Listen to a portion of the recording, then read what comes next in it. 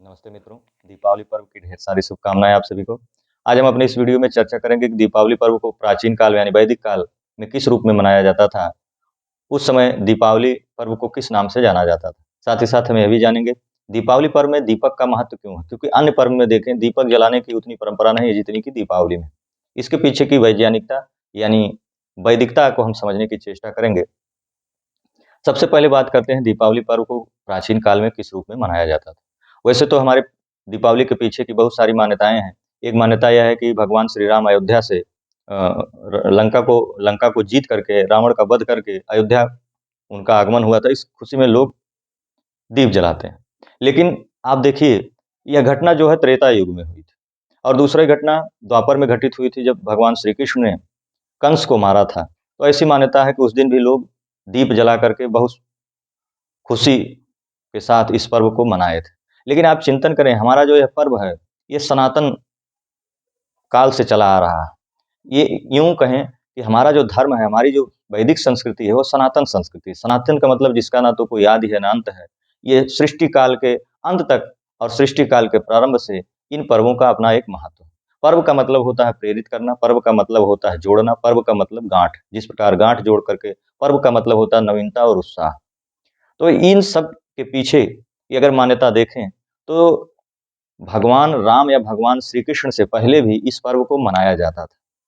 उस समय वैदिक स्वरूप में मनाया जाता था जिसका नाम उस समय शारदीय नवसश्रेष्ठ के नाम से जाना जाता था। आज भी जिन लोगों को अपनी वैदिक संस्कृति के बारे में पता है तो शारदीय नवसश्रेष्ठ पर्व ही इसको कहते हैं। शारदीय मतलब शरद ऋतु में पड़ने वाला, नव का मतलब नया, शस्य का मतलब अनाज, इष्ट का मतलब यज्ञ करना। शरद ऋतु में जब हम नए अनाज जो हमारे खेतों में तैयार हो जाते हैं, क्योंकि भारत एक कृषि प्रधान देश रहा है तो कृषि से जुड़े हुए पर्व हमारे हैं। तो नए अनाज के साथ हम आहुति करते थे। तो उस समय गांव में, क्योंकि भारत की संस्कृति गांव में बसती है और हमारी परंपरा रही है कि हम गांव में ही रहते थे। बाद में हमारे यहाँ पाश्चात्य संस्कृति का प्रभाव हुआ तो हम लोग धीरे धीरे शहरों की तरफ जाने लगे। ये गांव की संस्कृति है, गांव के लोग एकत्रित होते थे और इस दिन बड़े बड़े यज्ञों का अनुष्ठान किया जाता था और नए अनाज के साथ लोग आहुति देते थे। इसलिए देते थे क्योंकि हम देवताओं को, यानी देवताओं के कारण पृथ्वी, जल, अग्नि, सूर्य, वायु, ये सब हमारे देव हैं। इन्हीं के कारण यह अन्न प्राप्त हुआ और अन्न को प्राण माना गया। अन्न के कारण हमारे प्राण जीवित हैं। आज अगर हम अन्न ना पाएं, वायु ना पाएं, जल ना पाएं तो ये हमारा शरीर चंद दिनों में खत्म हो जाएगा। तो इसको धन्यवाद ज्ञापित करने के लिए हम अपने पर्वों को इस पर्व के दिन यज्ञ में नए अनाज की आहुति देते हैं। हमारे यहाँ परंपरा भी आज भी चली आ रही है कि हम नए अनाज को निकाल लेते थे, जो तैयार होता था वो देवताओं को अर्पित किया जाता था। दूसरा कारण हम दीपक के बारे में जानने की चेष्टा करेंगे।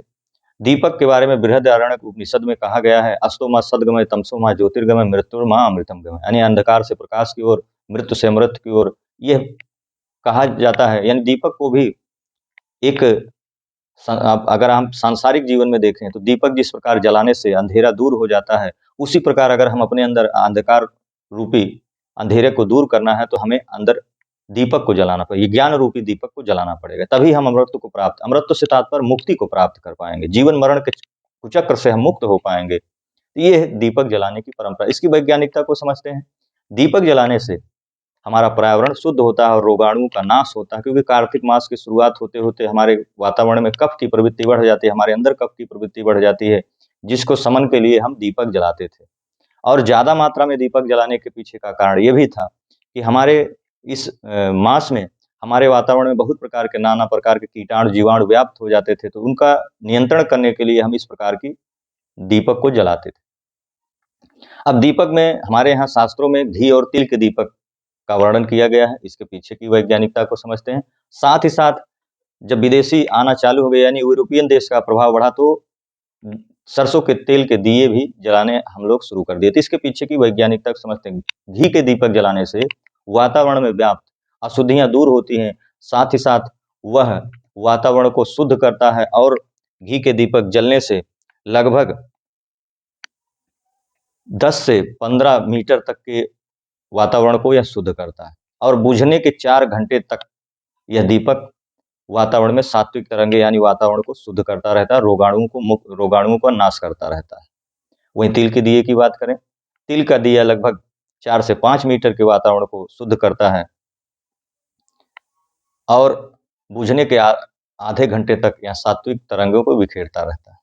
सरसों के तेल की बात करें, सरसों में सल्फर यानी गंधक की प्रधानता होती है, जिसके कारण यह वातावरण में जाकर के सल्फर डाइऑक्साइड गैस बनाता है और आगे चल करके जलवाष्प से क्रिया करके सल्फ्यूरिक अम्ल बनाता है और वातावरण में व्याप्त भारी अशुद्धिकरणों को साथ क्रिया करके वह नमी के साथ नीचे आ जाते हैं, यानी वातावरण को शुद्ध करता है। और इसके पीछे की मान्यता यह है कि सरसों के तेल दिए जलाने से अस्थमा और दमा जैसी बीमारी दूर होती। इसलिए हम लोग इस पर्व के दिन बड़ी मात्रा में घी, तिल या सरसों के दिए जलाते थे। अब हम इस पर्व को कैसे मनाना चाहिए? हमें प्रत्येक ग्रामवासियों को एकत्रित होकर के यज्ञ करना चाहिए। यदि यह संभव ना हो तो अपने-अपने घरों में नए अन्न के साथ यज्ञ करना चाहिए, क्योंकि देवताओं से जो हम प्राप्त करते हैं उनको अर्पित करने का ये बड़ा ही सुंदर माध्यम है। साथ ही साथ हमें अपने वैदिक स्वरूप को मनाना चाहिए। जिस प्रकार आप देखिए कि तमाम प्रकार के इलेक्ट्रिक लाइट की बनी हुई लड़ियां आ रहे हैं, इनसे ग्रीन हाउस गैस उत्सर्जित होता है या वातावरण को शुद्ध नहीं बल्कि अशुद्ध करते हैं। इस महत्व को समझें। यह जो पर्व बना हुआ था वातावरण की अशुद्धि को दूर करने के लिए बना हुआ था, ना कि वातावरण को अशुद्ध करने के लिए बना हुआ है। तो जाने अनजाने में जो हम गलती कर रहे हैं इसको समझने की चेष्टा करें और अपने वैदिक स्वरूप को अपनाएं। इसी प्रकार अपने त्योहार को मनाएं, अपने पर्व को मनाएं। यह जानकारी यदि आप लोगों को ज़्यादा अच्छी लगी तो ज़्यादा से ज़्यादा लोगों तक शेयर करें, सब्सक्राइब करें। धन्यवाद।